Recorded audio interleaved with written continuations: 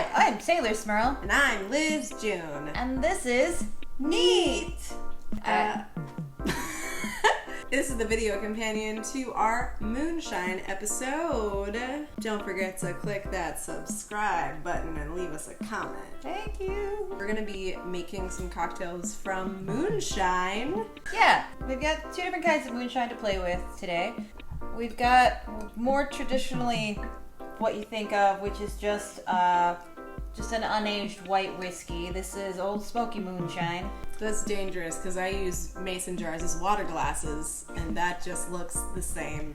I will say this, look, this is really cool looking, but trying to pour from this in like the sense of like measurements is, no, I don't like it. Like a shot glass with like a little handle on it that you can just kind of siphon it out. It's a little messy.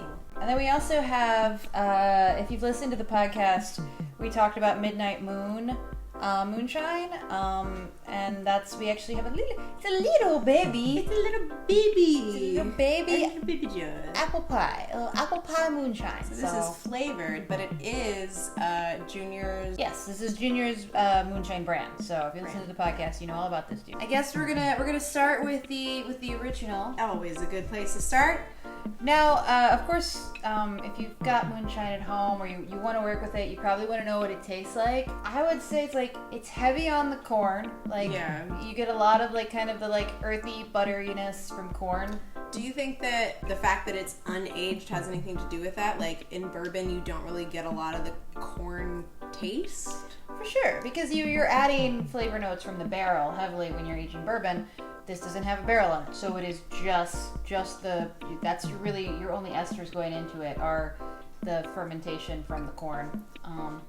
And some lead and antifreeze if you're using a car radiator. I don't think we got that going on here. No way, not with this brand, because this is the kind you can get in the store. This was at a slightly bougie liquor store in Brooklyn. I think it's probably antifreeze free. It's most likely consumable. Most likely.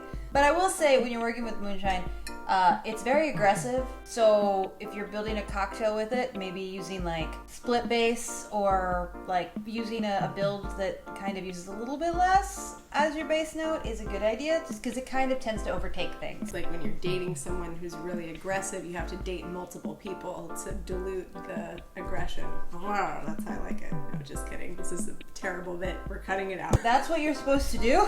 I don't know.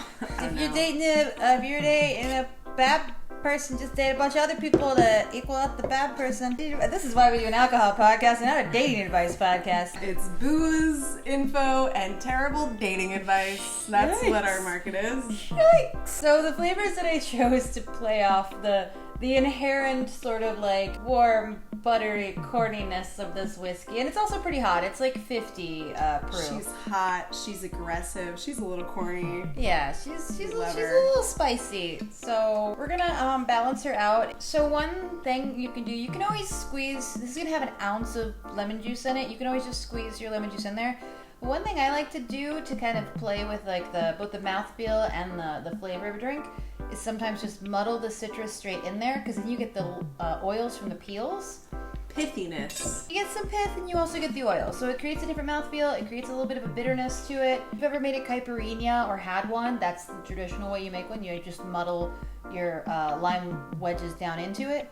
So we're going to do the same thing here, just to kind of give a bit of a body to the drink to stand up to the moonshine. Just because she's aggressive doesn't mean you can't stand up to her. We're gonna do everything we can to stand up to Miss Moonshine. It's really not that harsh. It's really nice. Yeah, she's nice. She's complicated, okay? She's got layers. She's a complex lady. So it's about 3/4 of a lemon that I muddled in there, but if you're just working with juice at home, that's fine. Just use an ounce. You don't have to do this. Don't do anything that I tell you to do. Life choices. This is more dating advice. And just remember that you don't have to do this. That's the only bit of dating advice I follow. You don't have to do I don't have to do that. Oh, that looks terrible. Don't have to do it. So what I made here is just a quick chamomile syrup. It's just a 1-to-1 simple syrup infused with chamomile tea. Super basic. So I'm going to do 3/4 ounces of that. And then I've also got some yellow chartreuse. So this one, the flavor profile is chamomile, yellow chartreuse, the white whiskey, the corn flavoring, kind of keeping it light and floral and a little earthy. Like those descriptors. And now we're gonna have fun pouring from this.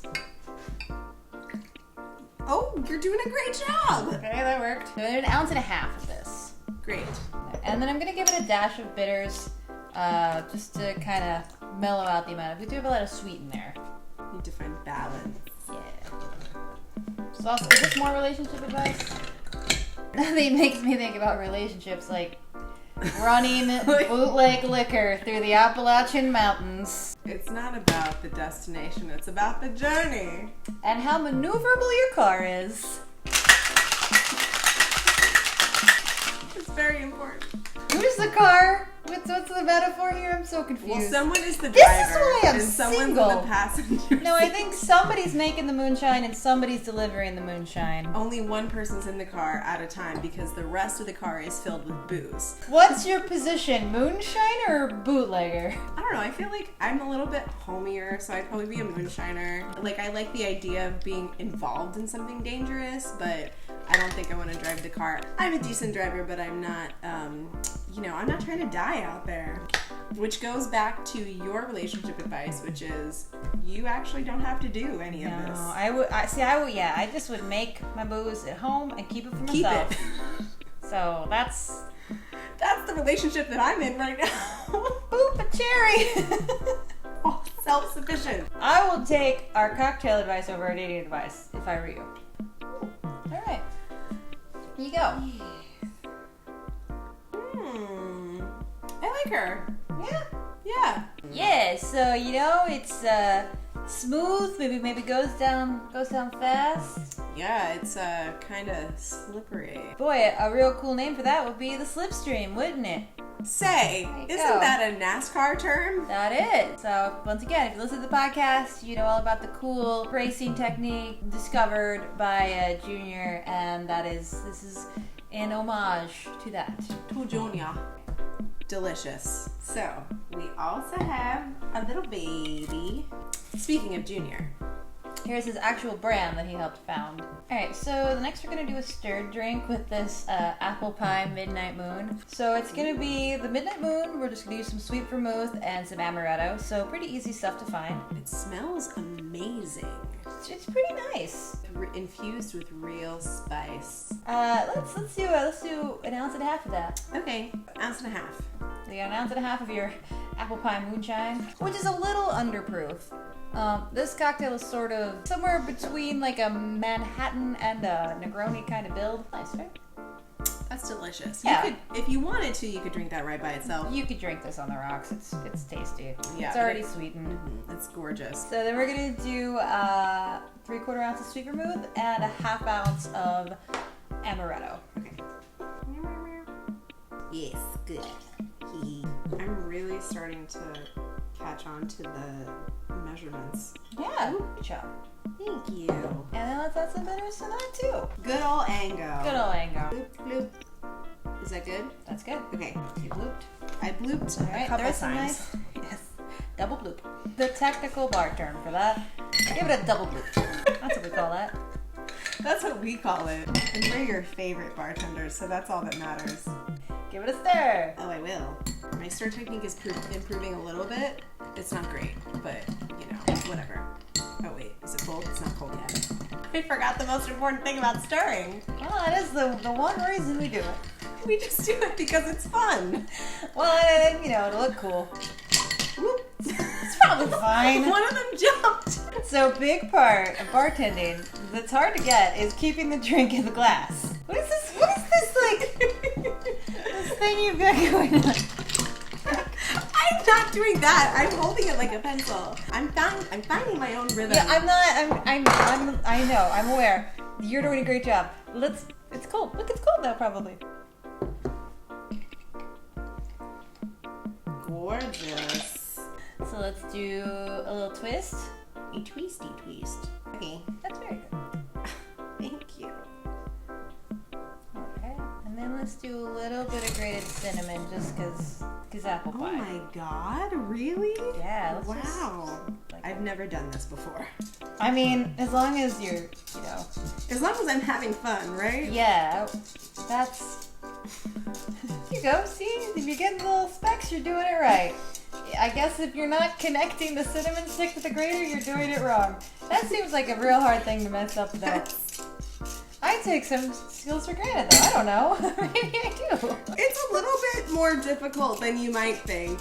All right, that's great. I think I got it now. Yeah, you got Finally, that. at the end, I understand the technique. That's a lot of cinnamon. That's a lot? Okay. Yeah. Well, I like it like that. I did it on purpose. You got a lot of aromatics on this baby. Well, that's apple pie going on there. Yeah. Right? Oh, that tastes just like apple pie. Yeah.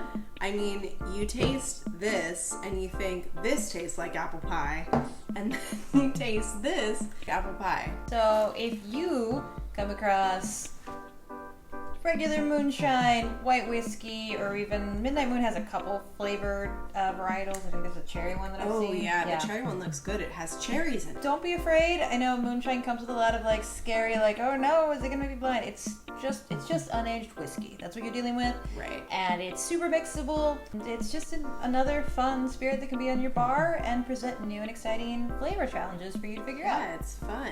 Buy some and have fun with it. And maybe try these out. Try your own thing. If you do, let us know what it is. Cheers! Because that's just... To Mooncheese! I still... Which goes well with apple pie.